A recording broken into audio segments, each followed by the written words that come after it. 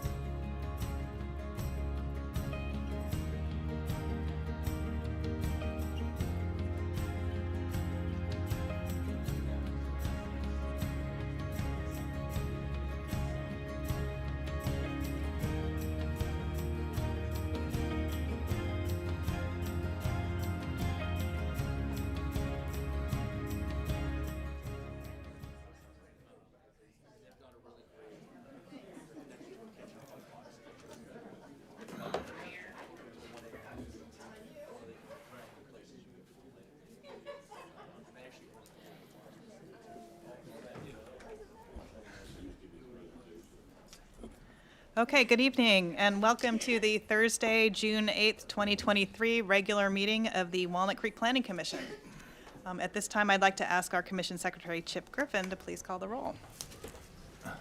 Thank you, Chair.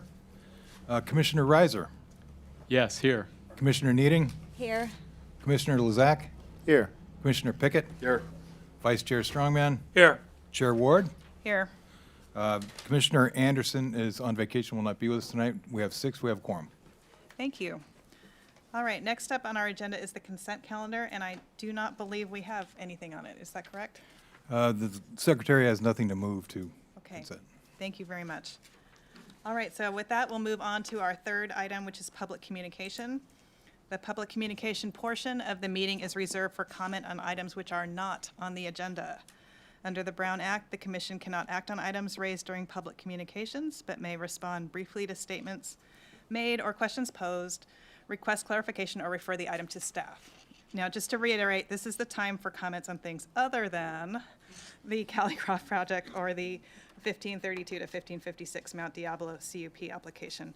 I also did want to take just a moment to comment in light of some unacceptable anti-Semitic remarks that were made at Tuesday's council meeting. I want to remind everyone that not all speech is protected. I'm probably the biggest fan of the First Amendment there is, but I will not tolerate or allow hate speech in any form at a meeting that I am chairing. I don't think it has a place here, and it has no place in our community. So with that in mind, if there's anyone who would like to address the commission and have a public communication for items not on the agenda, if you could please approach now. Okay. Is there anyone online who is raising their hand? I see no electronic hands. Okay, excellent. All right, so with that, we'll move on to item number 4, which is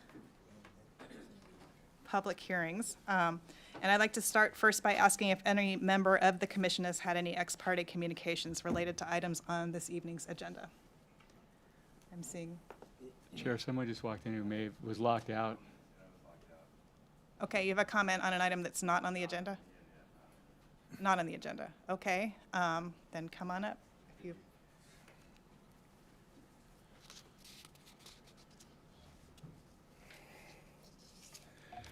Good afternoon. My name is Nels DeLander. I'm a field representative of the NorCal Carpenters Union. I speak on behalf of the working class construction workers of the community. It is important that any future construction has area standards. By area standards, I mean prevailing wage, health care, local hire, and have skilled apprentices. Workers need to be paid prevailing wage so they can make enough money to take care of their families, especially with the cost of living in the Bay Area increasing as their inflation goes on. Contractors should have health care for their workers. Construction sites can be very dangerous and accidents can happen all the time. When construction companies don't include health care coverage, who do you think pays for their medical?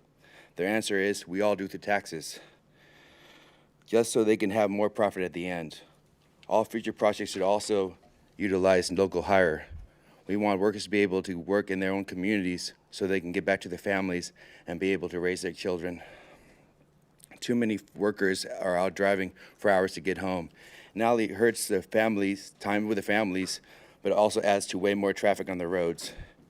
We should also include apprentices on all future projects from apprenticeships that teach professionalism of their trades.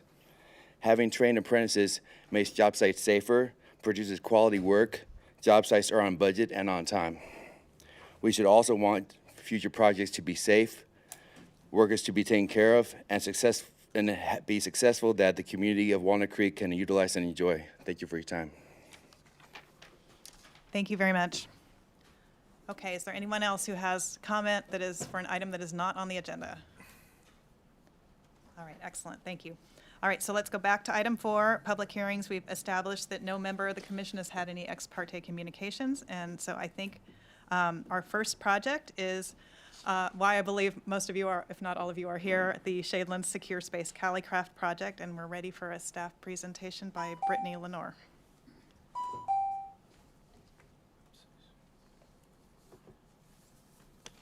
You're out of time.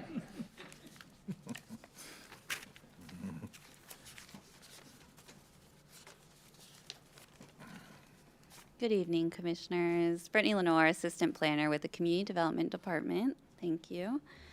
So before I begin, I did want to bring to your attention that we did receive correspondence after the agenda was published, including a petition in support of the project with approximately 1,500 signatures. About 700 of those were from Walnut Creek zip codes, and about 250 of those signatures were from the project zip code. In addition, we did receive another individual correspondence from Kevin Burke in support of the buildings in the current layout on the site. So this project is a continuation from the March 23rd, 2023 Planning Commission meeting, and it is the Shade-Led Secure Space Callicraft project at 2700 Mitchell Drive. So before we go into the topics that the Planning Commission requests us to look at, I did want to quickly provide a summary of the project.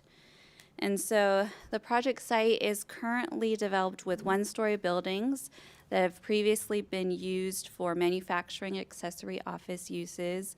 Those buildings will be demolished, and the site will be redeveloped with 3 new buildings, an approximately 1,000 square foot office, accessory to the 155,000 square foot self-storage building, and a 2-story microbrewery. And so the brewery will be occupied by Callicraft, and that is an existing tenant of the existing building. The site will also be developed with a new dog park, new landscaping throughout the site, and redevelopment of an existing community garden. This project also includes a temporary layout for the microbrewery to continue operating during the site construction. And so this project was previously presented to the Design Review Commission for a study session on September 7, 2022, and is now being considered by the Planning Commission tonight. It was continued from March 23rd. So if the Commission does decide to certify the mitigated negative declaration, approve the conditional use permits, minor use permits, and tree removal, then this project will go on to the Design Review Commission for final design review. And then from there, staff will work with the applicant to process any administrative use permits for alcohol sales and any possible temporary activity permits in the future for any events. And so, as previously mentioned, this project was presented to Planning Commission on March 23rd. The Commission was generally supportive of the project, but continued the item to allow time for staff and the applicant team to analyze the possibility of switching the buildings, to study the economic impacts of a new storage building on office availability and the business park in general, to do a noise impact analysis for Callicraft, specifically looking at the noise exposure to the adjacent residential neighborhood across the Contra Costa Canal, and to do neighborhood outreach.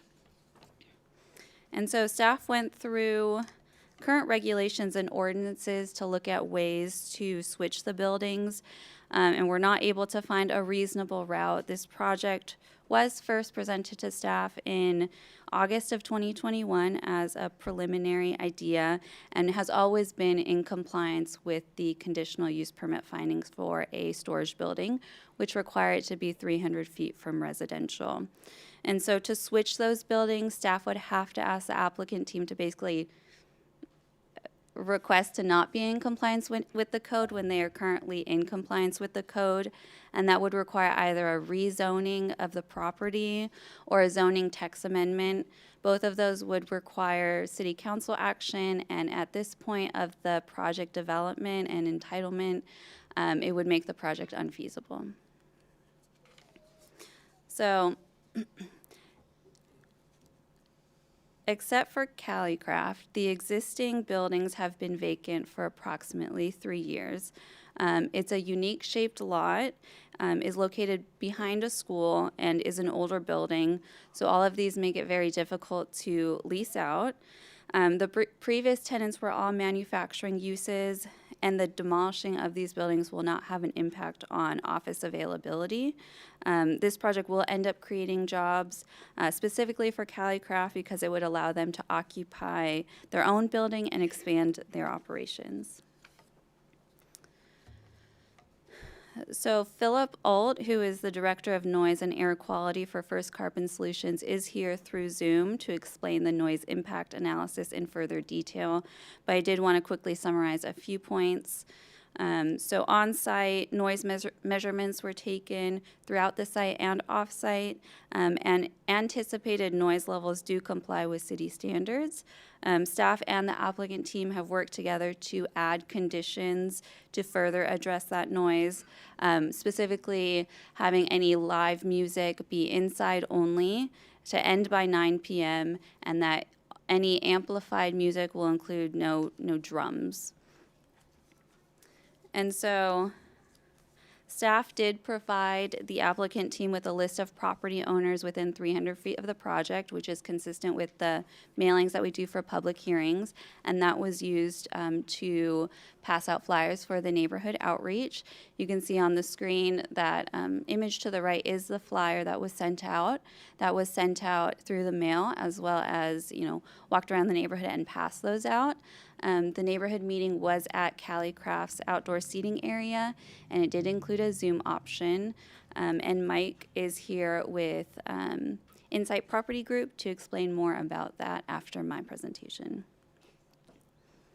And so in terms of the environmental analysis, an initial study was done and the project was determined to require a mitigated negative declaration, and that was prepared and went through all necessary noticing requirements, and no comments were received during that noticing period.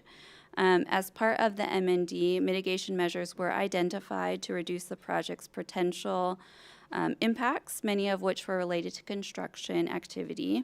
And the clarification on the noise component of the project did not trigger any Appendix G thresholds, and so no additional mitigations were identified or necessary for this in terms of CEQA. And so for reference, the Mitigation Monitoring and Reporting Program lists all those mitigation measures, and those are included as Attachment 11C. And also, Yael is here through Zoom, and Liza is here in person from First Carbon Solutions if you have any additional questions on the MND or MMRP. So staff does recommend certification of the mitigated negative declaration, approval of the conditional use permits, minor use permit, and tree removal, subject to all conditions outlined in the draft resolutions. And so, as I mentioned, Insight Property Group and First Carbon are both here and ready with presentations as well. But I'm available for any questions you might have for staff. So thank you. Great, thank you very much. That was an excellent presentation for us. Are there any commissioner questions for Brittany right now? Commissioner Pickett. In reading the documents, I was a little confused about the requirement of the 8-foot sound wall. Mm-hmm. It's referred to in your staff report, and it's referred to in some of the it's attachment 11E. I don't know. I think First Carbon did that. But I didn't see where it was a requirement. Is it required or inferred by approval of the findings and the documents that support that, or is it not proposed to be a requirement of the project? So it's required in the municipal code under the fences and walls section. So when there's a commercial use next to a residential use, an 8-foot sound attenuating wall is required. Okay, so just by code, it'll be installed. Yes. Great, thank you. That was my only question. Great, any other, okay, go ahead, Commissioner Lisa. Just had a quick one. I think we had some interest in some feedback from economic development on the, the demand for storage space, and, their feeling, I understood that they might be able to provide some feedback. Are they here tonight? Did they provide any feedback for your staff report in response to our comment? Yeah, so Angela is here with our Economic Development Department. She can speak on that. Okay, is that part of your presentation now? Yeah, okay. Well, we don't have a specific slide to address that, but she's here to speak on it. Okay, thank you. Good evening, Madam Chair and Commissioners. Angela Sway, Economic Development Project Manager. To your question, it sounds like you had posed the question if there is a need for storage space, or if you Yeah, could I mean, this was clarify. one of the comments that came out of the previous hearing. Staff was directed to come back and get some feedback. I'm assuming that's why you're here. The question had to do with the uses within the Shadelands area and specifically trying to understand, there's a CUP for a storage space, and the site would be giving up the future possibility of other uses. And so we're trying to understand, the economics of the storage space and the demand for that, and why that was a preferred higher or best use than some alternative space like the office use, which I think we generally understand is not a in high demand right now, but that was the original zoning purpose of this particular area. And we're just looking for some additional feedback or guidance from economic development of why this change should happen within an area that it really wasn't intended to be. Understood, and thank you for this opportunity to address that question. So as stated in the staff report, and as Brittany had alluded to, this site is actually challenged in terms of kind of its layout and its location. And in fact, although traditionally or historically it had been an office site. More recently, it was kind of light manufacturing, but in reviewing and having tours to the site for light manufacturing, again, there were challenges just because of the age of the building, the layout, and just, older kind of stock and quality of the building. So in terms of existing office inventory, it has not been counted as office inventory for the past few years on the market. And then in terms of other uses, again, there's challenges with the existing building and the site, and it would actually take quite a bit financially to scrape it and repurpose it for office use. And in terms of the types of uses that have come out when this property was marketed, quite a few folks toured different types of uses, and again, there was very little interest or no interest in moving forward as an office or light manufacturing. So storage use, there seems to be a need or at least a desire for them to locate here, and it will activate the space. Okay, well, thank you for that. That's fine. Thank you. Other questions? Anybody else? I have a question for, Commissioner Strongman. Question for Brittany. Thank you for the presentation. Can you list the specific changes to the plans from March till now? There's been no changes to the plans. Is there going to be changes to the operational plans from then to now? There has been changes in terms of moving the live music inside. So that's been the major change, but otherwise the hours are the same as previously noted, and other operational characteristics are the same. Okay, thank you. No questions.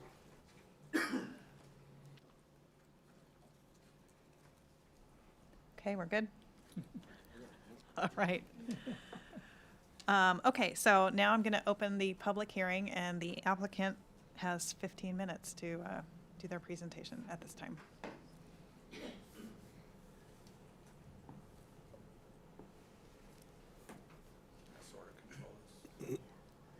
Thank you. I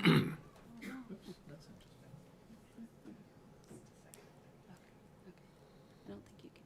Oh, you can use that. There. Good evening, Madam Chair, Commissioners. Mike Diakos, Insight Property Group.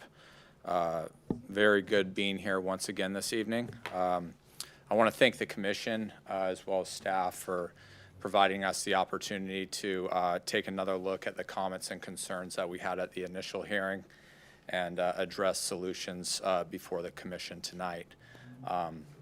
The last 2.5 months since the initial hearing have been very productive. First Carbon has prepared a very detailed reanalysis of the noise studies that were previously done. Those results are very favorable towards the project. I briefly, just for a few minutes, want to discuss the community outreach of this component of this project, which was very important. In terms of the formal process that we took in noticing and so forth, we sent mailers to every single property owner within a 300-foot radius of the project. Sort of concurrent with that, my colleague Brian Sorensen, as well as Blaine Landberg from Calicraft, conducted boots on the ground community outreach, visiting 20 neighbors' homes to the north of our project. I don't think they caught 20 families on that particular evening, but they probably had conversations with about 10, and they were able to discuss the project a little bit further, neighbors' concerns, as well as formally in person invite them to a community outreach meeting, which was held at Calicraft roughly 10 days after those meetings. Insight attended the meeting. Calicraft was present, as well as about 10 neighbors attended the meeting as well. Obviously, I want to say this, the community outreach meeting was very positive. I think generally what we found is our neighbors to the north really like the project. They certainly appreciate the design and the detail that went into the buildings. They like the layout of the various uses. This is a mixed-use project. They like the layout, specifically the community benefit component of the dog park as well as the community garden. So they very much like this project, which was positive. I think obviously noise was a topic of discussion. And again, that was actually a very positive conversation as well. Sort of at the outset of the meeting, several neighbors actually spoke to Insight as well as Calicraft, and they're very thankful for how quiet Calicraft's been the last 2.5 months since that hearing ended. And I remember Blaine sort of stood up and he was very much appreciative of those comments, and he said, well, that's interesting you say that because the last 2.5 months have been the busiest time the company's had all year. So really, what's the reason for that? And it's a credit to Calicraft because they made one fairly minor operational adjustment where they've shifted live music from outside the building to inside the building. And it's made all the difference in terms of sound levels. Calicraft has historically conducted live music inside the building. COVID hit, the rebound program went into effect, and a lot of that live music was shifted outside because frankly, Calicraft, like any other business in their industry during that time, was trying to stay afloat. So it was very noisy during COVID. Again, so now fast forward to today, all the live music's been shifted inside, and the comments that we had from our neighbors at that meeting were very positive on noise levels. So the question really becomes is, well, as a commission, as from a neighbor standpoint, how do we know that the last 2.5 months isn't just a fluke, right? I mean, how do we know after the planning commission hearing that, how do we know 5 years down the road, 10 years down the road, 20 years down the road that Calicraft and the property owner Insight are going to maintain the standard? And it's really through a condition of approval, which we're willing to agree to. And this was self-imposed by Calicraft. They're willing to agree to a condition of approval that all live music going forward is now going to be played inside the building. And we've heard it from neighbors. The noise studies that First Carbon is going to be presenting certainly support that. And we think that's really going to make a huge difference for many years to come from a noise perspective. There was additional comments on this being a mixed-use project on site plan layout, where the various uses are going to lie on site. Sort of hand in hand with that comment, and this is a good concern, and actually this is one that wasn't discussed at our last hearing, is children's safety. So sort of the way Calicraft lays out now is they have a small interior building with a bar, tables and chairs, and then they have a deck with more tables and chairs, and then a sea of parking lot. which have a bunch of tables and chairs as well that are actually roped off. But there's concerns from the neighbors about children playing in that parking lot. Calicraft's a very family-oriented business. Children are welcome at the business, and there's just concern about safety issues. This is nothing new from Calicraft. It's always been a concern from them operationally. It's what, I could speak for Blaine, it keeps him up at night, and they've done all they can to maintain a safe business. But I want to say this, with the design of the new buildings on site, we're now designing a nearly 9,000 square foot microbrewery building, which is roughly 4 times larger than the space that Calicraft occupies today. So there's going to be more space for families to congregate, socialize, and hang out. We're designing a significant outdoor patio area with an awning that's going to be enclosed from the drive aisles as well as the parking lots on both sides. So this is now a more confined space. It's going to create much safer conditions for children to play. The last comment that we received was regarding trees and whether we're going to be removing trees from the property. The answer is yes. We're going to be removing 36 trees. None of which are highly protected, but we're replacing those trees with 53.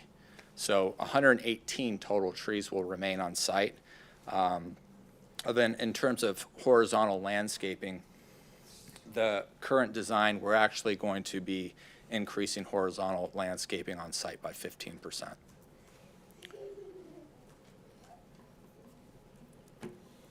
I want to focus just on the floor plan to the right.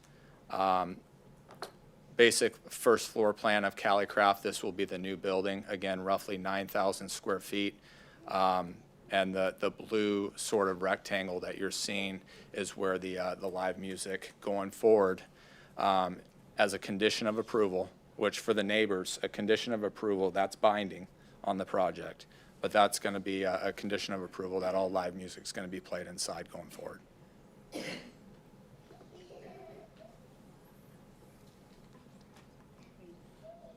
I briefly just want to discuss demand for self-storage in this market. So as developers, when we look at markets that are healthy to develop in, we look at 1 and 2 mile radiuses because most of our customers don't travel far for their storage needs.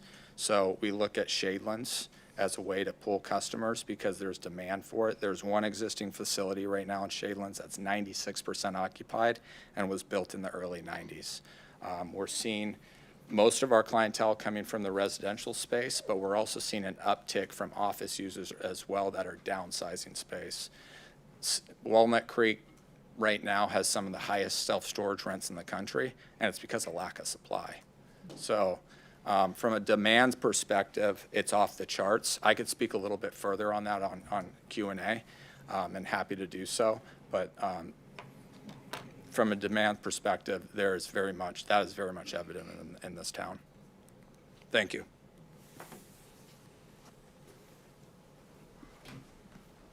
Great. Thank you very much. Do we have more presentation Yes, we going? have Okay. Phil Auld, who is the from First Carbon Solutions.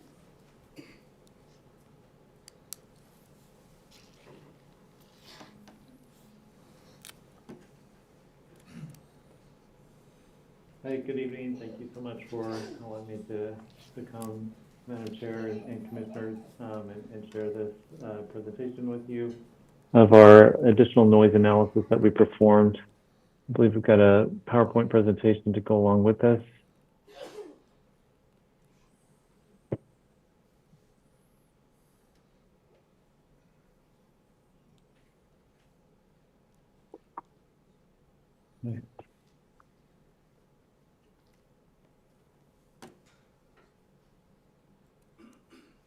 Terrific.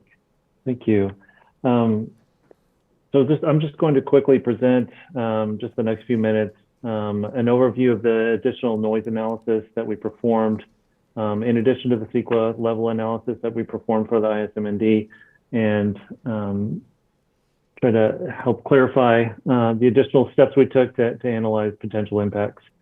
So I'll first of all begin by just going over the background. And again, you've heard most of this already this evening, so I'm not going to spend too much time on that. And then I'll get into the details of what the noise study entailed, what we covered, what we did with the noise measurement documentation for current conditions, modeling assumptions we did, trying to be as a conservative analysis as we could. Again, addressing what did we, would the project exceed any CEQA noise thresholds, but then also looking at the concerns that were raised at the last hearing in regards to just annoyance noise levels. Is there a potential for that? Someone might consider them to be annoyance levels in their home and things like that. And then I'll go over the conclusions for the analysis. So the concerns that were raised, again, this has already been talked about already tonight, so I don't need to go over this too much, but just the potential of those issues. And we're going to try to outline how each of those were addressed in this noise analysis. Again, this is the Calicraft event proposals. It's been reiterated that the outdoor, they're not going to be having any more outdoor live music events, but it will be all live music events will be indoors, assuming up to 50 events per year. This also does include the arts and craft shows that would be held outdoors in the parking lot areas. That those do count toward that 50 event maximum, and we analyze the potential impact of that. I'll describe that in subsequent slides with the time frame, and again, the no amplified acoustic. It would include amplified acoustic music, but no drums. So the study went into further detail than what we covered in the CEQA level analysis by going out and taking an ambient noise monitoring measurements throughout the on the project site. I'll describe that in the next slide. We again covered in this noise analysis the report that you have there in front of you, the construction and vibration noise analysis for CEQA, the project traffic noise impacts under CEQA and the guidance for that. And we then delved into even a more kind of tried to analyze what a reasonable worst case scenario would be for the combined stationary source operational noise impacts of the project. And again, looking at, is there a potential even for annoyance level impacts for the project? So the noise measurement study, we went out and took noise measurements during a permitted live music event at the site under existing conditions. Music was being played at the orange dot, kind of in the middle of your screen there. And the noise measurement, the first noise measurement was taken at the red dot there to document what the noise levels were approximately 50 feet from the noise event and the speaker system that was there. And then we also took noise measurements along the nearest residential property line while that live music event was continuing. And those are the results of each one of those measurements, and we can discuss those if you have any questions about any one of those. We considered the required 8-foot sound wall, but we also included in our analysis just what the noise levels would be even without the sound wall. And then we also considered, would there be any additional noise impact in relationship to potential noise reflection from the 3-story self-storage building? And again, we analyzed what the additional arts and craft events, people in the parking lot mingling, talking, things like that, what that could add to the potential noise operations of the project.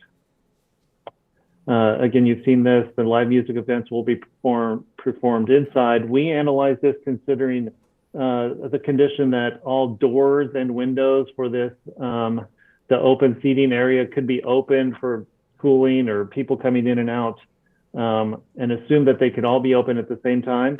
Again, trying to analyze what that reasonable worst case could be. And I should add in there that we did not even analyze the noise reduction that would be achieved with that outdoor patio covering. We just assumed that it would just be free open space outside those doors and windows. So this again provides a very conservative analysis. We can go to the next slide there. Bill, do you need a little more time? We took a bit of time to get your PowerPoint up, so we can give you another minute, but okay. you can wrap up in that amount of time? All right, I'll just jump to the noise impact analysis here then.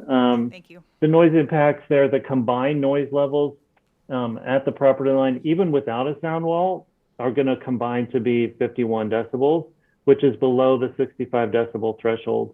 But again, with an 8-foot sound wall, that's going to be reduced to 48 decibels, again, well below the 65 decibel threshold. If we can go to the next slide. In fact, let's go ahead. Let's just summarize some of the details of what I analyzed there. And then noise thresholds, we looked at that real quickly as well. EPA's guidance is like 55 outdoor. If the noise levels are below 55 outdoors, it's not going to cause annoyance. And if it's below 45 indoors, that would not cause annoyance. So we looked at that as well. And the next slide shows the result of those. So the combined noise levels for exterior noise levels at the nearest property would be 48 decibels exterior. And then assuming even with the windows of a home open, would provide a minimum 15 decibel reduction exterior to interior, would result in 33 decibel interior noise levels on a daily average. But then we took it one step further and said, well, what about even if there were maximum noise levels? And the next slide shows what the maximum noise level impact could potentially be, would be 55 exterior and 40 interior. With those for each of those scenarios. So again, the summary shows that there's not going to be an annoyance level even at the exterior of these homes or even at the interior of the homes for any of those conditions. We did consider the sound bouncing off the 3-story building, but due to the distance of that structure from this from the Calicraft facility, and then adding the distance from that would be reflected off of that wall to the residences, the most it could add would be less than 1 decibel to the combined noise levels, that reflective noise. We did also look at what a 12-foot sound wall would do compared to an 8-foot sound wall, and the minimal, it would be less than a 3 decibel reduction, approximately 2 decibel reduction, which is not even an audible reduction in outdoor noise levels. It's a 3 decibel reduction or change in noise levels is what's required to be an audible change in noise levels. That's the quick summary there, and happy to answer any questions that you may have. Great, thank you. Brittany, is that our last presentation here? Or do we have Yes. another person? No, that's all. Okay, I lost track of how many there were, so thank you for that.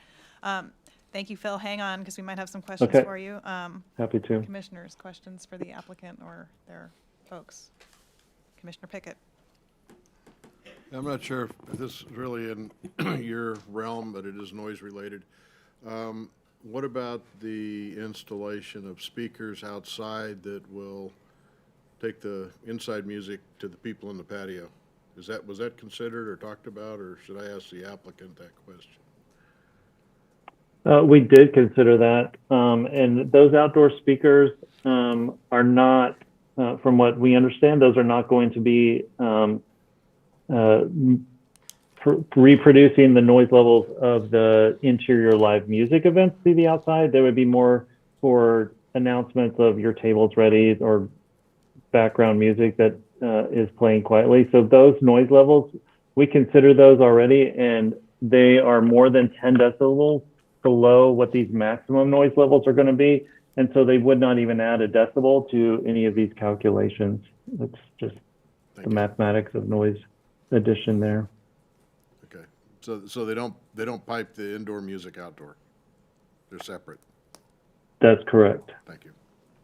The only speaker system that will be accompanied or that will be part of the live music will be located on the stage where that image that showed the location of the live music events, that's where those speaker systems will be located.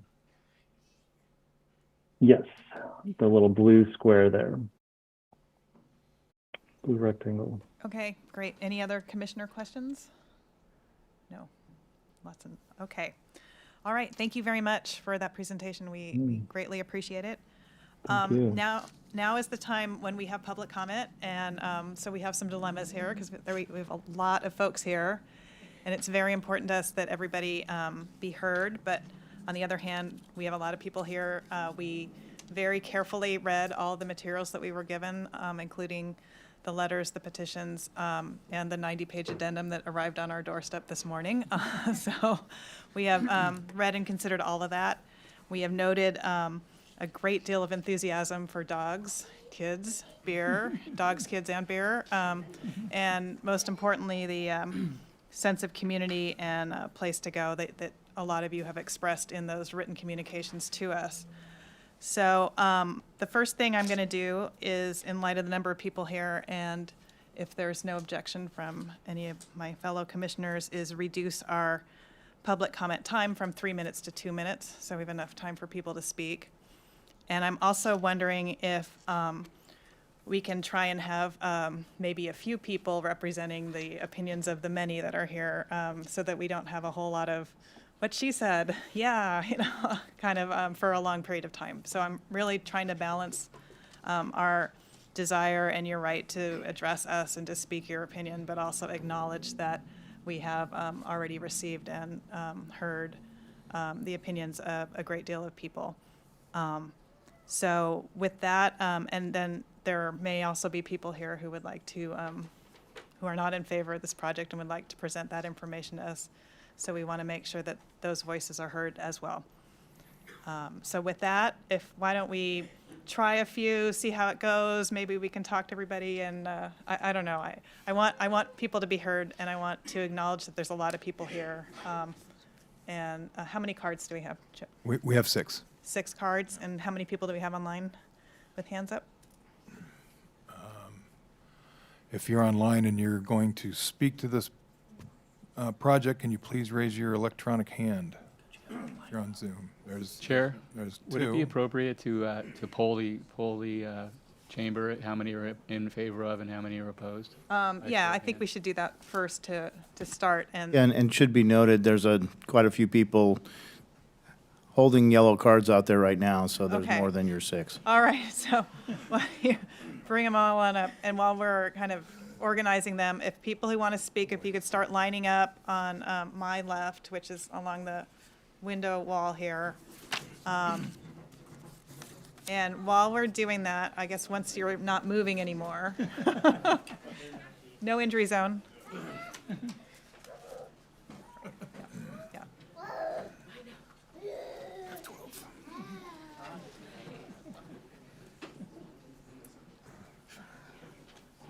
All right, so maybe if we could bump small people with them to the front of the line, because sometimes they have less patience for hanging out. And shout out to the guy in the back with the kid in the baby carrier, because I've been you, so thanks for coming. All right, so before we begin, let's do a little straw poll. How many of you are here to share your enthusiasm for this project and your love of dogs, beer, and et cetera? So show of hands. Okay, so that's a good, most of the people here. Applicants can raise their hands too. We know you're in favor. Okay, there you go. Okay, and if we could get a show of hands of people who are here to speak not in favor of the project, that would be great. All right, so I'm seeing no one. Is that correct? There might be still. All right, so it's okay. You don't have to out yourselves. And online we have, we don't really know because we have 2 hands raised. Okay, excellent. All right, so why don't we give it we'll give it a beginning shot here. You get 2 minutes. You don't have to use the whole 2 minutes.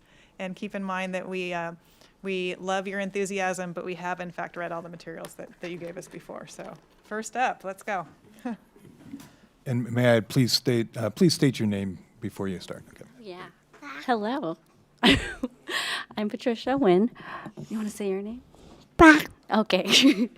And I'm super excited for the expansion. We have 2 kids, our little ones in the back, and we're part of a huge moms group in Walnut Creek, about 1,000 of us, and we have been talking nonstop about how excited we are for the new space. You want to say anything? Okay, that's it. Thank you. Great, thank you very much. All right, next.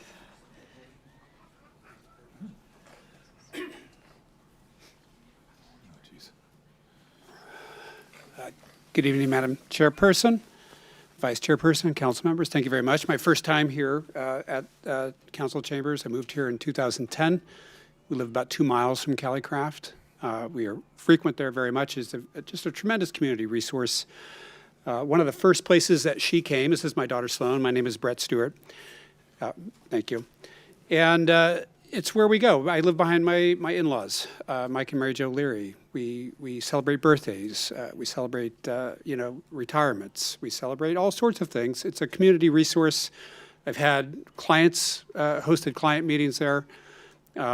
We appreciate the outreach that Calicraft and Insight has done, and we hope that this project does get approved because we want to keep supporting it. It's a tremendous resource for us.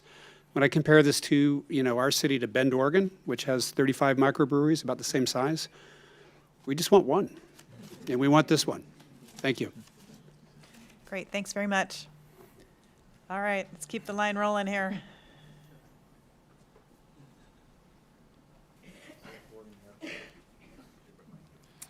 Hello, I'm Jordan Kilbury, and this is my son Lennox. He's 5 years old. Thank you for the opportunity to speak today in support of Calicraft. Calicraft is a really special place for me and my family, not just because they make great beer, because they have a real sense of community. I feel that there's a lot of amenities in that immediate area for Walnut Creek. We usually end up at the farmer's market on the weekends and then head over to Calicraft and wrap up there. It's adjacent to the canal trail. If you ask Lennox what the best bike ride is, it's on the canal trail ending at Calicraft. He's a big fan of that, and he wanted to come out and show his support. We're really excited for the new project.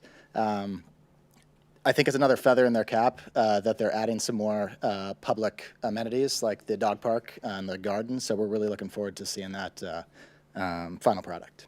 Thank you very much. Great, thank you. Thank you both for coming.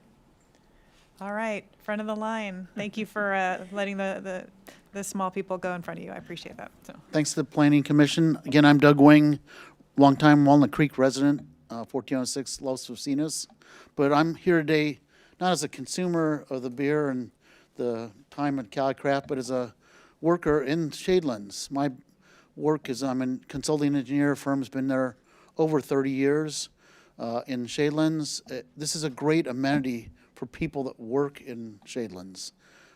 I can remember times when there was almost nothing out there. We had some development across the way where the old Safeway was, Rocco's. Now, that was one of the first great amenities. The amenities at the orchards are great, but especially Calicraft. It's on our Microsoft Outlook as a place to reserve for a meeting. We have work events there, retirements, celebrate different things. It's a great amenity for businesses in the Shadelands Business Park. And so again, it's a great thing to approve, and there's plenty of office space, but more amenities make that office space more valuable. Thanks. Thank you very much. All right, next up. Hi there. Yes, my name is Neil Hannon. I've got a little bit of a repeat there. So I've been me and my family have been a part of the Walnut Creek community, having grown up on Wiggett Lane and being around for the last 20 years, so very close to Calicraft. Our family attended Foothill and Northgate High School. Why this is relevant is because I grew up in the area, and I remember how kind of unsuccessful Shadelands has been over the years. As a gentleman in front of me mentioned, the previous Safeway facility, there was the USPS facility, that both of which have been, I think, a successful improvement over the last 10 or 15 years or so. Additionally, the introduction of ARF, and then unfortunately in the past, some of the nighttime illicit activities that took place in Shadelands, which I did happen to see growing up. And I'm a huge proponent of this project. I've seen over the last couple decades Shadelands change for the better, a big improvement. And I'm excited to see it continue to grow, to provide for the community, which includes the families, the nearby families, other nearby communities. What else? Cyclists. I'm a big-time cyclist, a runner. The communities that get involved, that utilize the facility, not just for consuming beer, but for supporting us. I mean, I think you guys have all been there. I think we all have a good time there. The dogs, the children. I'm a big proponent for bringing bringing the community closer together. I've seen it increase over the last couple decades, and I'd like to see it continue to grow. And I think that CaliCraft is in alignment with that growth, as well as secure space, providing a place for additional storage for the surrounding community. Big proponent of it, support it. Go CaliCraft and secure space. Thanks very much for your comment. Hi, good evening. My name is Megan Molo. I'd like to start off to say that small business representation has always been the pinnacle of what makes Walnut Creek a thriving town. I'm a part of a local small business myself. It's called CareQuest, that helps seniors find assisted living when they can't live anymore. Our community relies on us, and we are there every day to support our neighbors, our friends, and families that need our help. The sense of community is something that we all rely on and are proud for this very reason. I support CaliCraft as a thriving small business, which has the opportunity to bring a community together just as we all are here today. Thank you. Thank you very much. All right, next up. Hi, my name is Rocco Bialy. I own Rocco's Ristorante Pizzeria in Walnut Creek, and I'm here to speak on behalf of advocating the expansion and the redevelopment of the CaliCraft facility. As everybody here knows, that area of Walnut Creek, the eastern part, has long been a topic of revitalization. I was a former board member on the Chamber of Commerce, and Shadelands has been a target, for lack of a better word, for revitalization, and I think that Blaine's project is a go. That area of Walnut Creek, the Shadelands, and the whole eastern part needs a social gathering component, live music, the beer, the food. Technically, if you think about it, CaliCraft is, in a weird way, a competitor of mine, but I view them as an ally. I go to CaliCraft quite often, and I just am advocating, wish them nothing but success, and hope the boat goes their way. Thank you. Thanks, Rocco. All right, next up. Hi there, my name is Paul Culbertson. I've been a Walnut Creek resident for about 15 years now. I'm also the owner of Sidegate Brewery in Concord. We just opened up about 2 years ago. Obviously here to express my support of CaliCraft. I have 2 young children, and having lived in Walnut Creek with 2 young children, and obviously being a craft beer lover, I've frequented CaliCraft, so I have much the same sentiment as a lot of these people from that kind of community gathering place and family kind of environment that a place like CaliCraft brings. So I just kind of wanted to, more from the perspective of someone who's done a lot of research, both professional and maybe not professional, a lot of market research in the area. There's a lot of places you can get great craft beer, but there aren't a lot of places like CaliCraft. It's something very unique. Before I had my 2 kids, I would have to go out to Berkeley or Oakland or Livermore or San Francisco to get that kind of experience, that kind of feel. When CaliCraft opened now, I could get that right here at home, which was great. Right around the same time my daughters were born, so couldn't travel that far anyways. So just want to say, having a business like CaliCraft, with the success they've had, they've been ultra scrappy in their current location. I've got to know Blaine and a lot of his team, and they're all great. And so, this opportunity for them to invest in the community and grow right here in Walnut Creek is pretty special, and definitely something to be celebrated. So thank you. Thank you very much. All right, next up. Good afternoon. My name is Christian. I've been a resident of the Contra Costa area for 17 years, and the last 7 years been absolutely special having CaliCraft here. I'm owner of a brewery in Chile, and the sense of community that I see in this area has been the factor to invite me to actually journey in this business. So if you guys approve this project, you'll be bringing a lot of people happiness and a lot of more business into this community. Thank you. Thank you very much. Next up. My name is Barry Blackiston. My wife and I moved out here from San Francisco in 1989. Put our boys through school here, Bancroft Elementary, Foothill Middle, and Northgate. And it's nice for when they come home now, my sons, who are living on the East Coast, to be able to go out and have beer with them. and Calicraft is our beer of choice and our place to go together. And it's a great time, absolutely a great time. There are three things I think are important when you put together a business of this type. One of those, and I know a lot of you are thinking location, location, location. That's not it. That's not what I'm talking about. But what we have here is staff.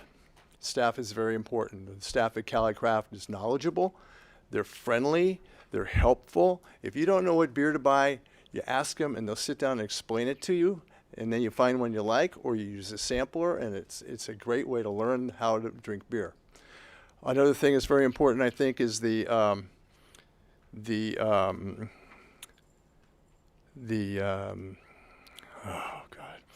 God,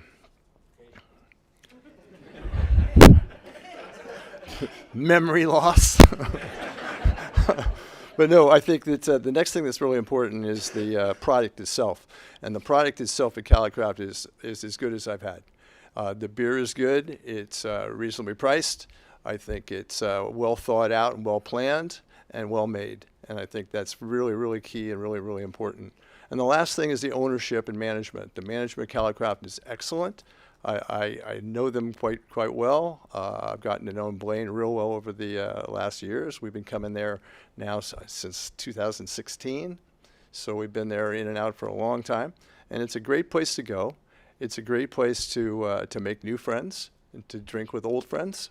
And I think that the things they do in addition to the beer, I'll get it real, things they do in addition to the beer, like the food trucks and the snacks that you can have with your beer, are first rate. And I think that's what makes me proud to go there and proud to know these people. So Great. Thank you so much. Thank you very much.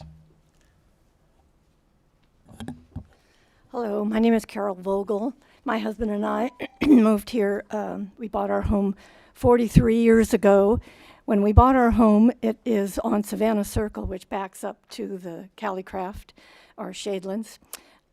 We were assured that Shadelands was strictly research and development. Well, time has passed, and we understand that, and we are moving with the times. For the last 4 or 5 years, we've been very unhappy because of the noise that has come from Calicraft. The music on the weekends, we could hardly have people in our backyard entertaining them without being inundated with other people's music from Calicraft. So we were when we heard that they were going to make this expansion, we were very upset, extremely. Oh no, here comes more. We are now, after the outreach that has gone on, and the folks who own the property and as well as Calicraft have given assurances of the noise levels, which is a very concern to us and the neighbors along our street. The noise levels and the lights and all of it combined. We've been given assurances that is not going to be the way it has been. It is going to be improved. And with that, we are now in favor of the project. So thank you very much. Great. Thank you very much for your comment. Appreciate that. Hi, Chairman and Vice Chair. I respectfully request 3 minutes because I wrote it all down and timed it. I'm the owner of the property. Okay, all right. So all right. Maybe an extra minute. Carry on. Okay, my name is Claudia Hanson Wentworth, and I'm the co-owner of 2700 Mitchell Drive.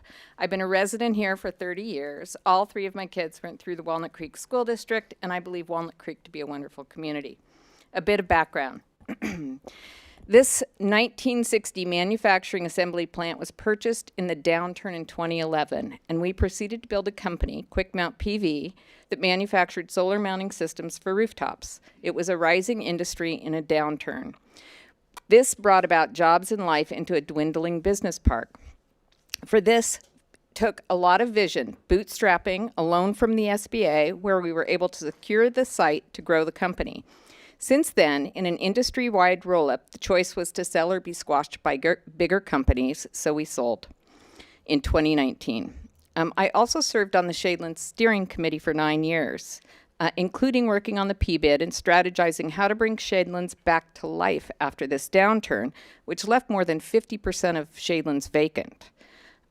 It was a major blight in the making. It was a real problem. The Shadelands Committee worked closely with the city to help turn Shadelands around and make it a viable location as a workplace life space for the community as a whole. 2700 Mitchell is not an office building.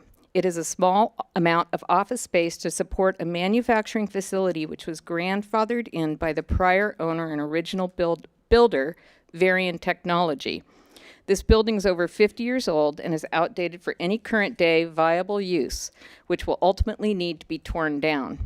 Over the 12 years as a property owner, we have helped Blaine grow Calicraft and to create a work family community oasis, a safe place to relax and enjoy life. Please know that in supporting Calicraft as a tenant, this has been a monthly financial loss for us as owners. The intention was to keep life in the building and Shadelands while making sure that Calicraft would not lose its standing as a community destination place as we put the building on the market. It has been close to 3 years since then, and we have now been in escrow for close to 2 years with these potential buyers. They are potential buyers. And they are diligently working with the planning department, going back and forth, perfecting these plans. The difficulty for us as owners is that if this doesn't pass, these buyers will likely go away. And it will then be difficult to rationalize sustaining this monthly loss around Calicraft and then back to the drawing board for the planning department, which takes additional years to then move forward again, leaving less desirable options for us to pursue in the interim. You have a golden goose in your hands right now with Insight. They are here to be part of the community and help build a wonderful Shadelands, including public bathrooms, dog parks, a beautiful Calicraft. They're not developers to flip it for profit. They are vetted and committed to Walnut Creek community and will help move forward the visions of Shadelands. This is my wholehearted belief that this is the absolute best of best solutions, and Insight is the best developer for the property in keeping with this community's vision of a workplace life space. All right. Thank you. Thank you very much. All right, next up, welcome. Hello, my name is Michael Spears. I'm president of East Bay Investment Group. I represent Claudia and Stewart.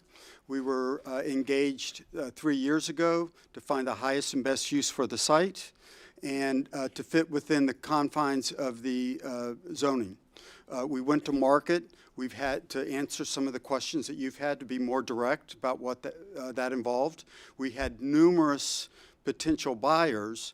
They were all developers. We had no owner users, and all of the uses other than self-storage use, and this is before we engaged Insight, require a general plan amendment and a change in the zoning.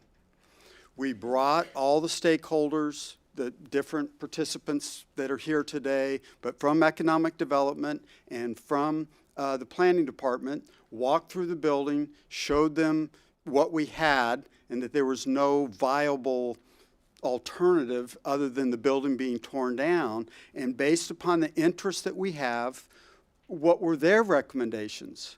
And the very strong recommendation was to stay within the four corners of the zoning. We had one use that was within the four corners of the zoning, and that was self-storage. So then we went out and found what we believed was the best developer to take an 8-acre site, and it would do the best job in working with the community to position that not just for self-storage, but what other vision might they have to then be successful in a night like tonight. We were not required to do a brew pub, but this was all part of the element of picking the right developer that would be creative and work through the process. And now we have an opportunity to save 20-some jobs and to create an extra 20 jobs because we picked a developer, one, that we believed that could do the job, and two, very few developers are in it to build and then hold long term. That's what you have with Insight. If you don't approve this, you're going to lose that opportunity because that is a very rare situation. And I humbly ask that you approve. Thank you. All right, thank you. Next up. Hi, my name's Mike Mueller. I'd like to request 20 minutes. I'm Just sorry, kidding. the answer's no. I'm going to make this really quick. Lifelong resident. I went to Montecito School as an elementary, Park Mead as middle, Las Lomas. I was supposed to go to Del Valle. They closed it. I ended up going to Las Lomas, class 77. We love Callicraft. We've been going there since almost the beginning. We love the live music. We'd go on a Friday night. It was just usually some guy in a guitar. Absolutely wonderful place to wind down. I hear a lot about community. It's been mentioned quite a lot. I want to throw a little bit different spin. We have seen everything at Callicraft, bridal showers, birthday parties. We've all had birthday parties at Callicraft. We've seen just everything. I've seen I don't want to call it a memorial for somebody's small dog that passed away at Callicraft. All of these people, I also am a mountain biker, I'm a road biker, I've brought people in. All of them are their own separate community. Callicraft has a sense of community, but they also foster any community that's brought to them. And that's, I think, one of the most beautiful things. When this new plan goes into effect, oh, I forgot, Contra Costa Fire Department, Local 1230, has held 2 Fill the Boots. Those are fundraisers for muscular dystrophy at Callicraft. They've also done pint nights for first responders. That's a whole community in itself. So I look at the new plans. I love the new plans. It's going to make it bigger. They're not going to lose a sense of community. They're going to be able to accept even more community and build that. And that's all I have. Thank you. Thank you very much. All right, last of our live speakers, you are up. Hard to follow that. Good evening. I'm Ted Cadigan. I've lived in Walnut Creek since I was 3 years old, a Bancroft Foothill, Northgate alum. Currently live in the Carriage Square neighborhood, which is conveniently a quick walk or bike ride to Callicraft. I have 2 daughters, 11 and 8. They're always asking to go to Callicraft. And as a good dad, I say yes. They want to go because they meet their friends. They tend to make new friends there. They have great relationships with the staff. They've got to know them over the years. Callicraft's just a great family-friendly environment, which is huge for parents like myself. They're a great community partner. I've seen them donate beer at school fundraisers, and their beer is good stuff. I didn't know it until they arrived to our neighborhood, but our neighborhood desperately needs the Callicraft. It's great for the community, and I'm excited for them to grow and prosper. Thank you. Thank you very much. Okay, Chip, I understand we have 2 people online, or possibly more, who would like to speak. I see 2. Okay, I could. if we could get them up here, that'd be great. Okay. The first up will be the name on it is She's Callicrafty.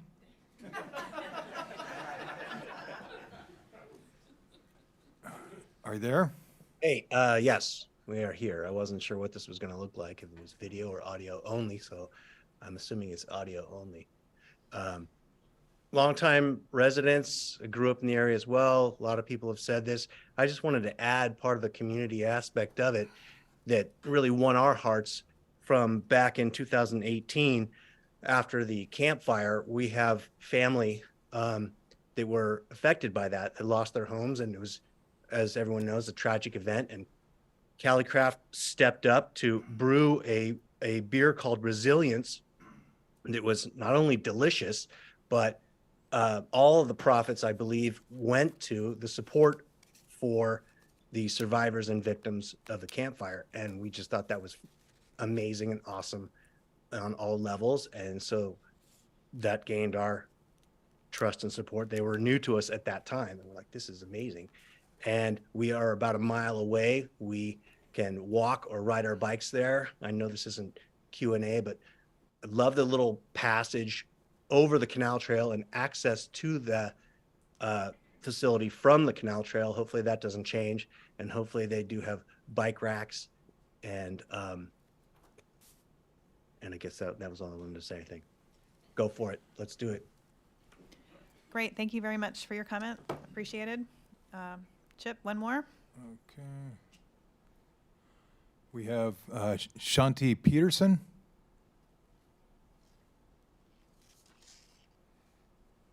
Hi, can you hear me?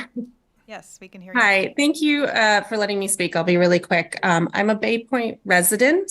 I drive 20 minutes to just get to Cali Craft. I work in Walnut Creek at Meals on Wheels Diablo region. They've been incredibly supportive and generous for our annual galas. On behalf of my husband, my son, we are family there. They are our family. It is a safe space for us to go where I know we are absolutely welcome. They always show our best interest first and foremost, and they give so much back to the community that I really think it's time we show our appreciation to them and back them up in this. And Calvin, you want to say I love Calligraph? I love Calligraph. That's it. Thank you so much for your time. Thank you for your comments, much appreciated. All right, last call for people either in the chambers or online to make public comment with regard to the Cali Craft project. Actually, we do have one more, and Okay. it is Blaine Landberg.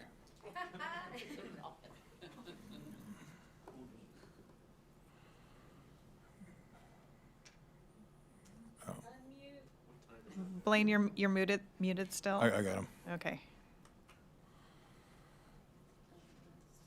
Am I unmuted now? Hello. We can hear you now. All right. I just wanted to thank the city and the council for all the support over the years. It's been a pleasure and really my life's work to be able to create something that actually means something for people and creates a sense of community in the city. And after our last meeting, I think that us being able to reach out to our local residents, especially Art and Carol and all the people that were like really right next to us, to understand how we can be the best neighbors we can be, but also like drive the community forward. I just want to thank you all for doing that. I'd like to thank my staff, and then most importantly, I'd like to thank all the customers and all our fans that have been there over the years and supported us. And I just can't be like watching this from Italy at 3 a.m. in the morning has been incredibly moving for me. I just want to thank everybody for what you've done, and hopefully the project goes through. Thank you. Thank you, Blaine. Appreciate it. Okay, well, seeing no additional speakers, I think the applicant has an opportunity to respond to public comments, but I think maybe Blaine just did that. Are there any responses or anything else? Okay, thank you. So with that, I'm going to close the public hearing now with regard to this item and bring it back to the commission for any comments, questions, deliberation, or maybe even a motion. I'll start. Okay. Maybe I'll finish. I just want to thank the applicant for such a thorough job of addressing the concerns, not only of the commission, but most importantly, the neighbors. That to me was incredibly impressive, as was the community outpouring, the outpouring of support that the community came forth with was quite touching, and to see that kind of enthusiasm behind a local business is very, very cool. With that, unless I see some head shakes of anybody that, I'll go ahead and move it along. Okay, with that, I move to adopt the draft resolution certifying the mitigated neg deck, mitigated monitoring and reporting program. I move to adopt the draft resolution in attachment 2 approving the conditional use permit for the storage use. I move to adopt the draft resolution attachment 3 approving the conditional use permit to establish a microbrewery along with a minor use permit to allow the temporary off-site parking. And I move to adopt the resolution approving the tree removal permit for 36 trees. With that, so moved. Okay, so I think we need separate, we want to do the environmental one separately. Yeah, the last three we can do together, but I would suggest that the commission take the environmental resolution separately first. The first two? Just the first resolution. The mitigated neg deck and the, so moved. Second. Okay, we have a motion and a second. Commission Secretary, can you please record the vote for us?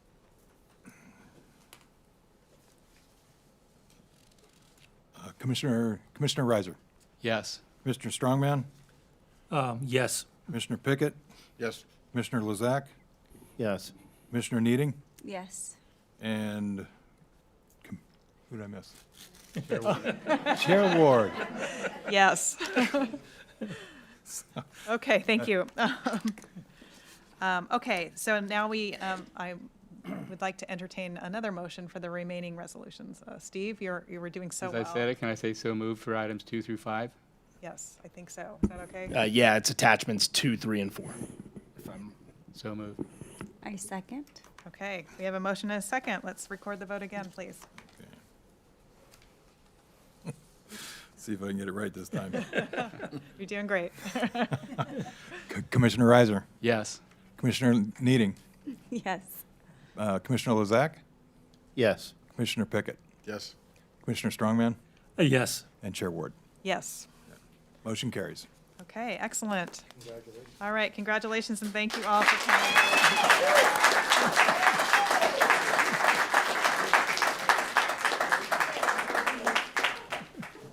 All right, we do have another agenda item, so I don't know if y'all are totally interested in this. You're welcome to quietly exit the chambers if not. But thank you. Why don't we take like a 2-minute recess to let people exit and recover. Thank you. Thank you very much.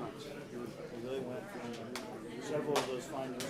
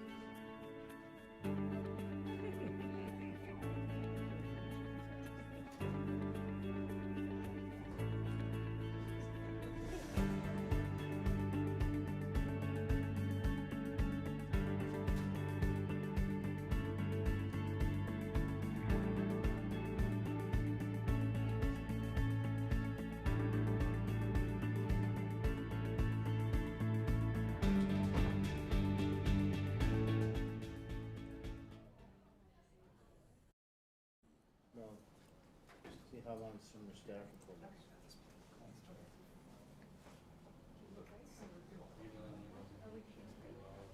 Okay, we're back. We're back from our break. Thank you, everyone. And it's now time for our next project that we're considering, our next agenda, our public hearing, which is the Mount Diablo Mixed-Use Project Conditional Use Permit. And I believe we're going to start with a hopefully brief staff report by Samar Gill. Do we want to mention any ex parte?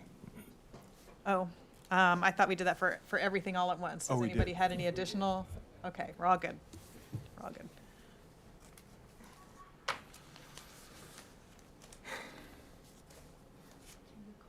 Because everything's open, so it's not. All the other presentations are all open. All right, so while it's coming up, just as a reminder, this is this is an item we considered trying to move to consent, but we're not going to. It's a continuation of a conditional use permit that we've previously considered, so there really is no change to anything other than the timing of it. Hopefully, we'll get our PowerPoint up, but if not, we're gonna move along anyway. I think we got it. Okay, excellent. It's getting there. We see it. All right. You got it. Thank you. Got it? Yeah.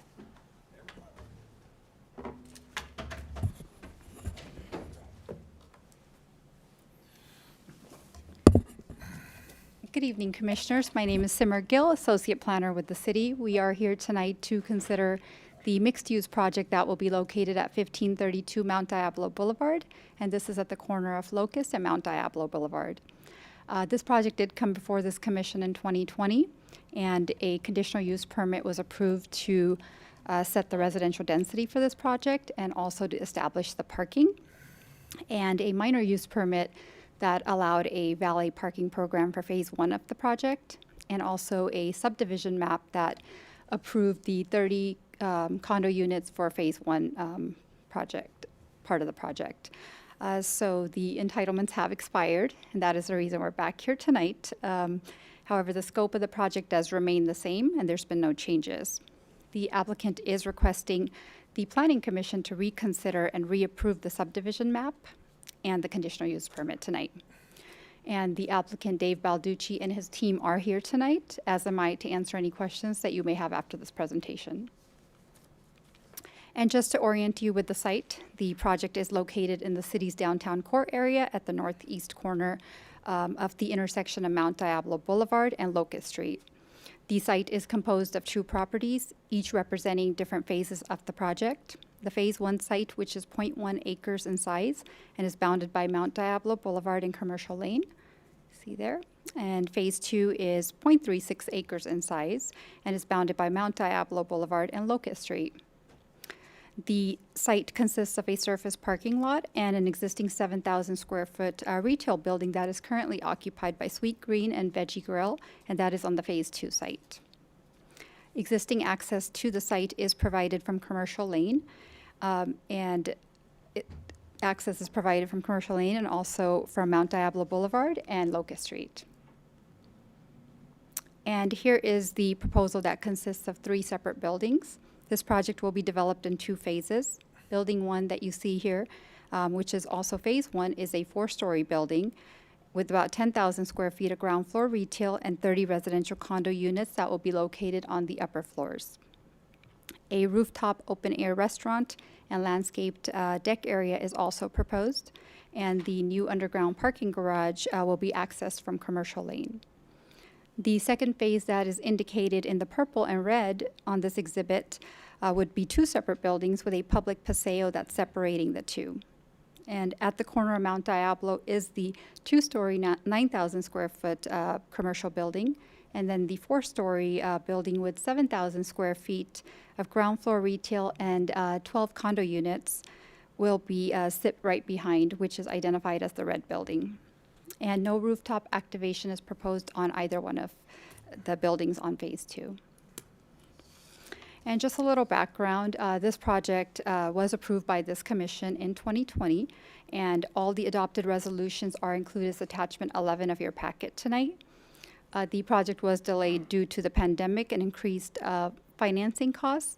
However, the site development permit is ready to be issued.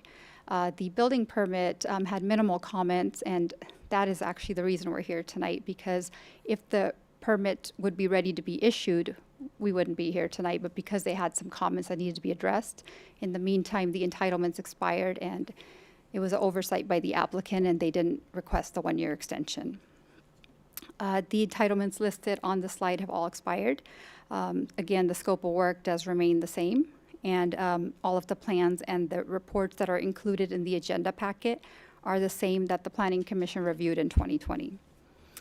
The Design Review Commission approved the design for this project, and that design review is still valid. The applicant tonight is requesting a reapproval of this previously approved project. And that would, again, include a subdivision map for phase 1, a conditional use permit to allow residential development, and set the density for this project. A minor use permit to allow parking reduction associated with the valet parking, and the project also includes an exception from the specific plan's average building setback, which requires 15 feet along Mount Diablo Boulevard. And please note that all of these entitlements that are listed here do apply to both phases of the project, with the exception of the subdivision map, which is only for the phase 1, 30 condo units. So before I get into the proposal, the site is located in the city's downtown core area and within the Mount Diablo specific plan. And that is identified as an opportunity site. And together, these 2 properties were planned for a mixed-use development to contain about 20,000 square feet of commercial space, 36 residential units, and 124 stalls of underground parking. The specific plan also envisions 20-foot wide paseo and a 1,000 square foot plaza that's indicated in the red circle on this exhibit. And the proposal before you tonight meets the intent of the specific plan as it includes 42 residential units, approximately 25,000 square feet of commercial space, and 121 parking stalls in an underground parking garage, and a paseo along both phases of the project.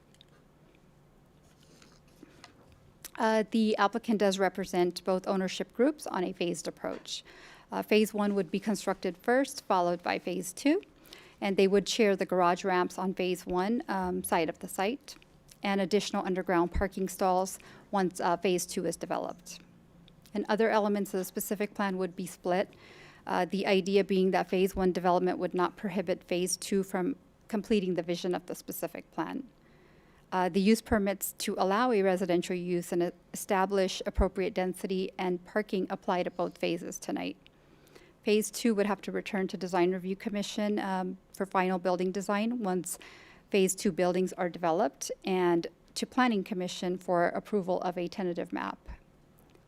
And but the use, the density, and also the parking requirement and the sidewalk width exception would, with the reduced sidewalk width, would be entitled for Phase 2 tonight, as well as Phase 1. And here are renderings of what the Phase 1 building would look like once it's complete.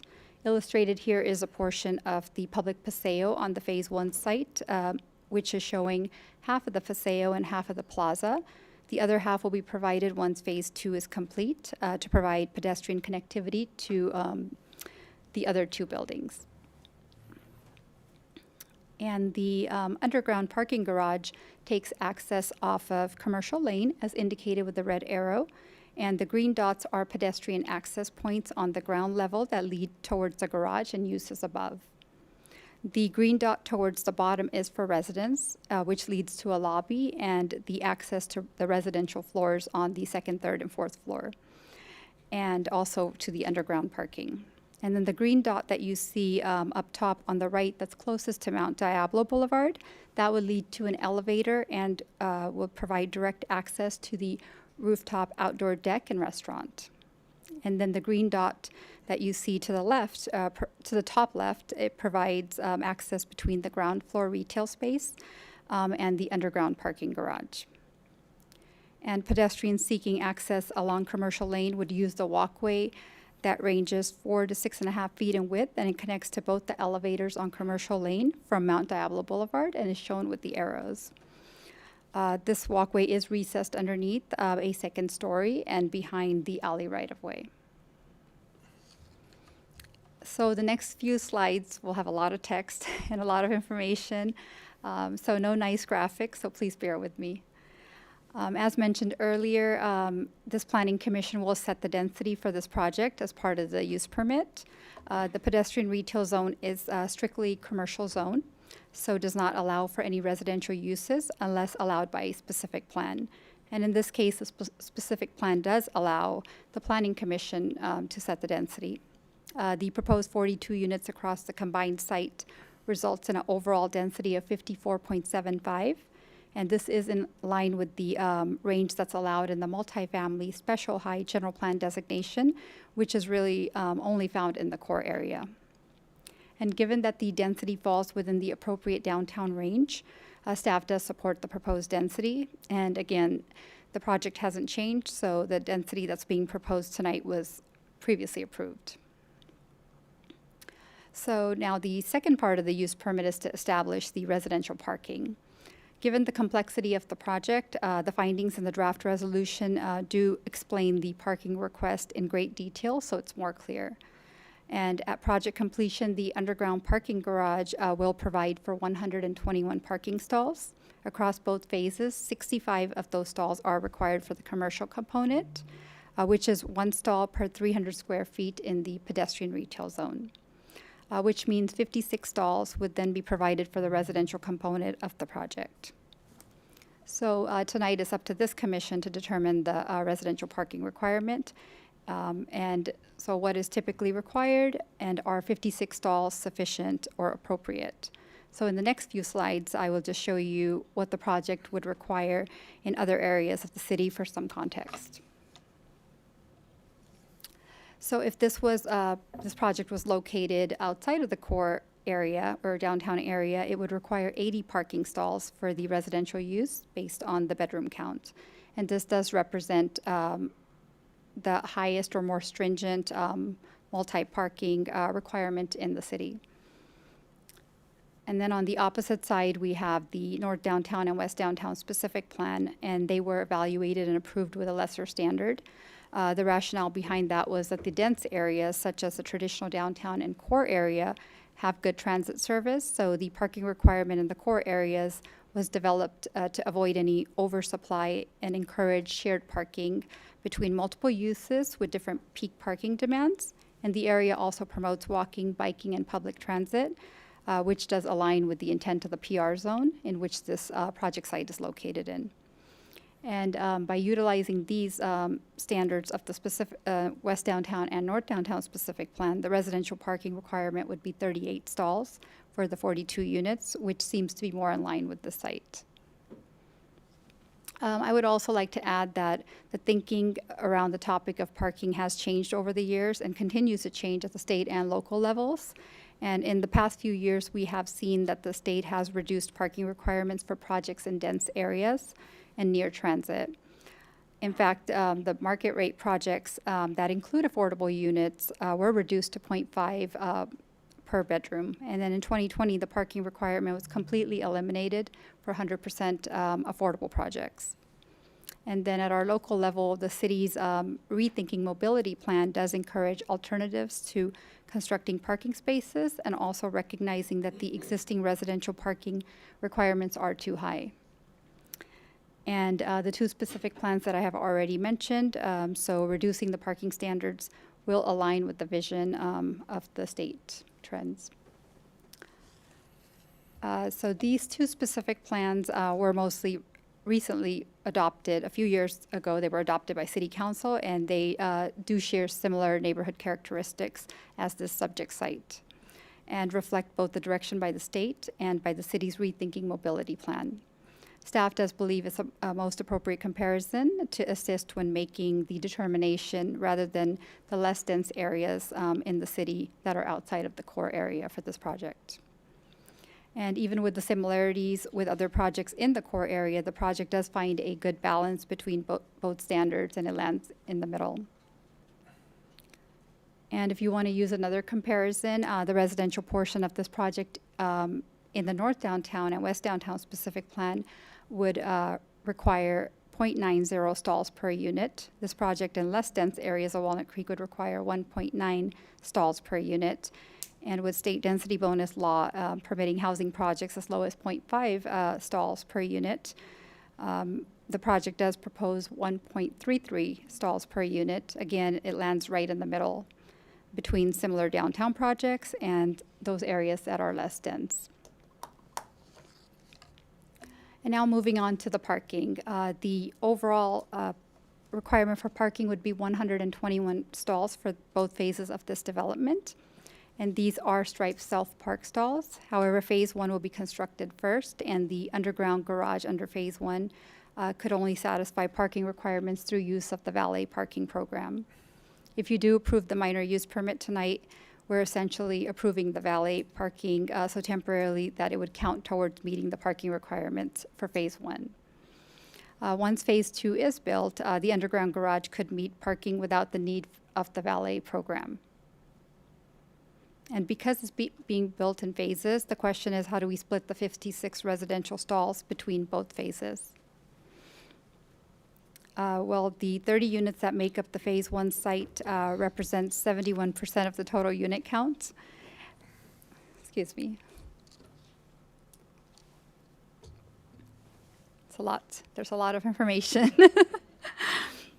And 71% of the 56 total residential units equates to 40 stalls. So the request requiring the 40 residential stalls of phase one and 16 for phase two, you can see here that phase one would require 67 stalls between commercial and residential uses and could accommodate 70 with valet.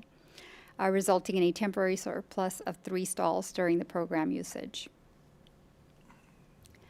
A consideration that the Commission is making tonight when reviewing the valet parking is whether or not the valet program impedes on off-site or on-site circulation.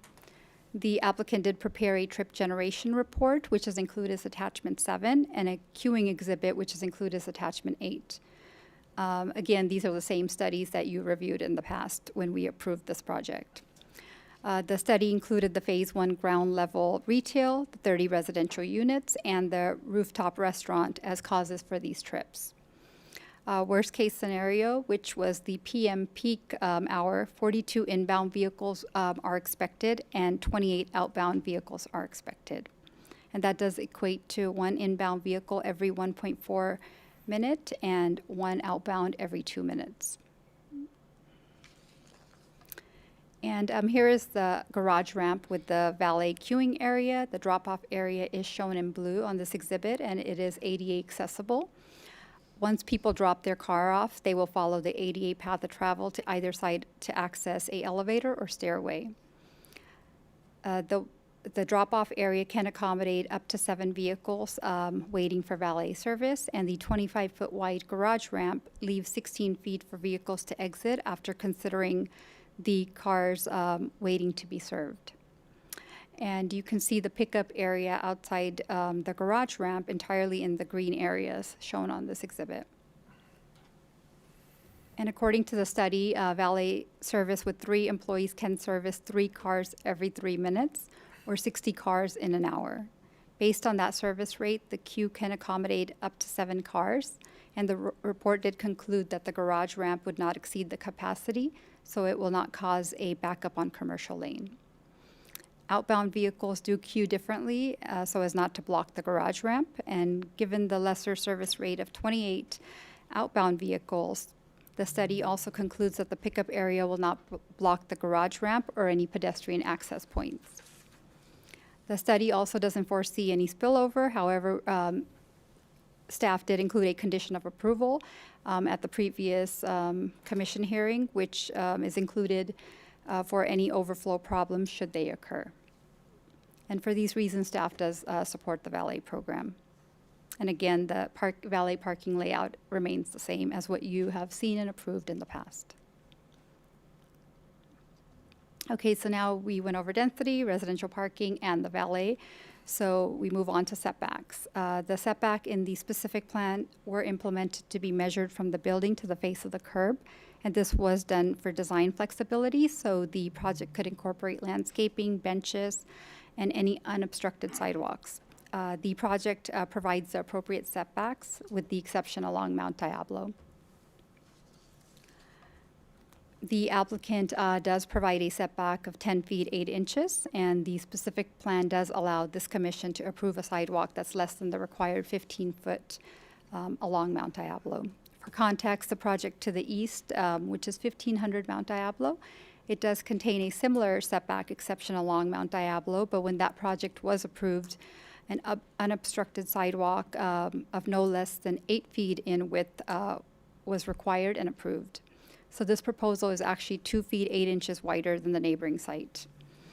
And the downtown area typically requires 10 feet wide sidewalks, and a majority of the project exceeds that requirement. And the proposed project was designed to extend and widen the existing sidewalk to the east along Mount Diablo towards Locust Street, which ensures a landscape planter remains in the design to buffer the sidewalk from the busy traffic on Mount Diablo Boulevard.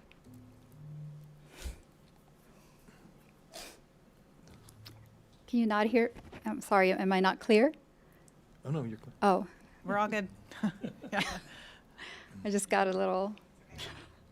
So in summary, the project meets the requirements of the specific plan and fulfills the vision of a public paseo and public plaza on site, and activates the rooftop with a restaurant and garden, and also provides for 42 housing units that increases housing supply in the city as required by the general plan. And the proposed density is right in line with typical projects that are found in the core area where the density is encouraged.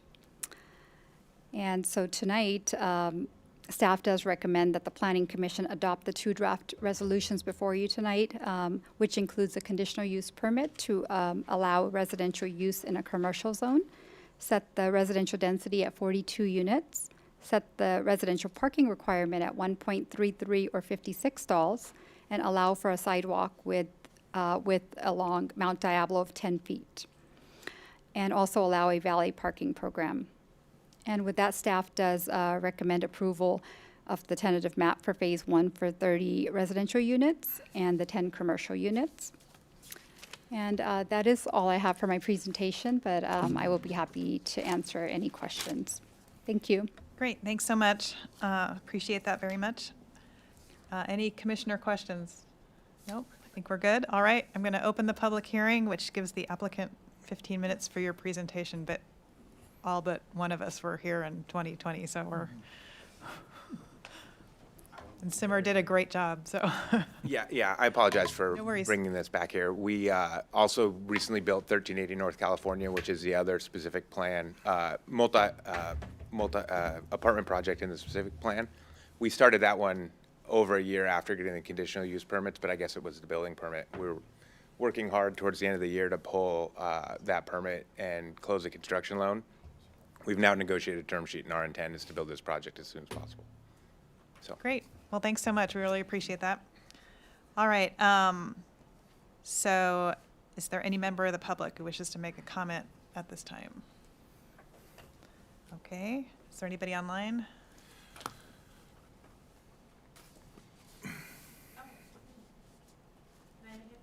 Is it about this project? Okay, then come on up, fill out a yellow card and. No, you can leave it there, it's fine.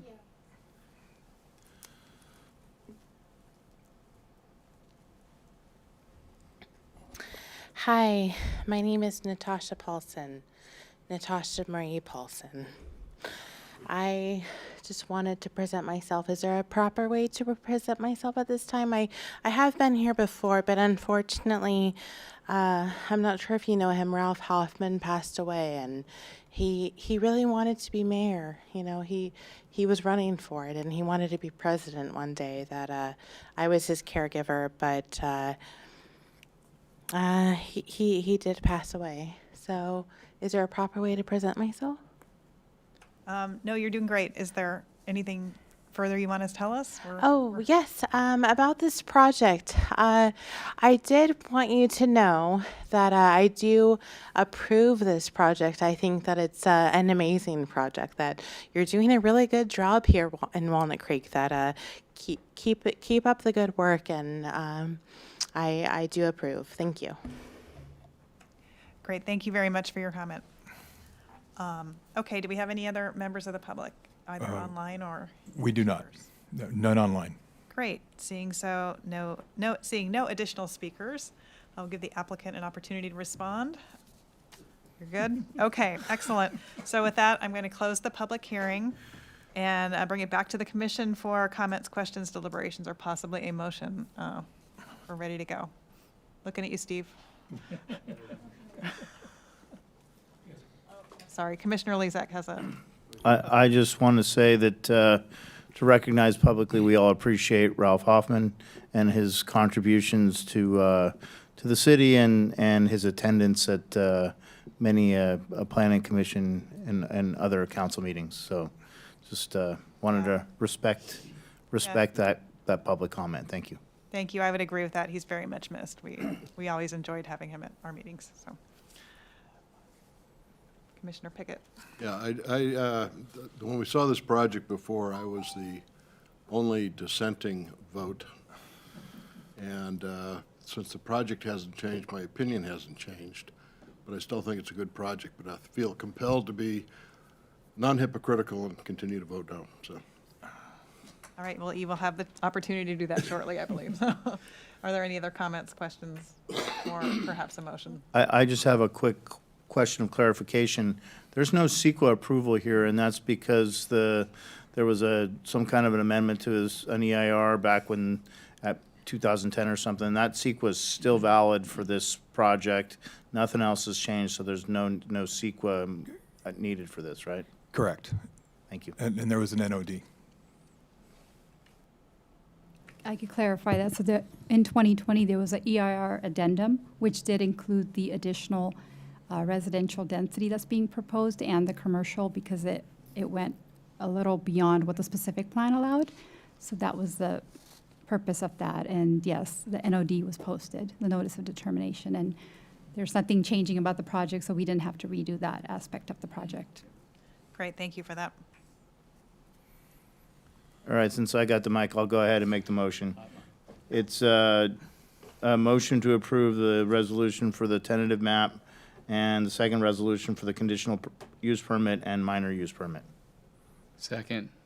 Okay, thank you. I see we have a motion and a second. Commission Secretary, can you please record the vote? Again. Commissioner Lezak. Yes. Commissioner Reiser. Yes. Commissioner Needing. Yes. Commissioner Pickett. No? Vice Chair Strongman. Yes. And Chair Ward. Yes. Okay, that is, motion carries 5-1. Great, thank you very much.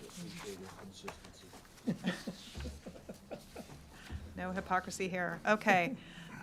Next, let's move on to item number 5, commission considerations. Do we have any particular considerations? None from staff.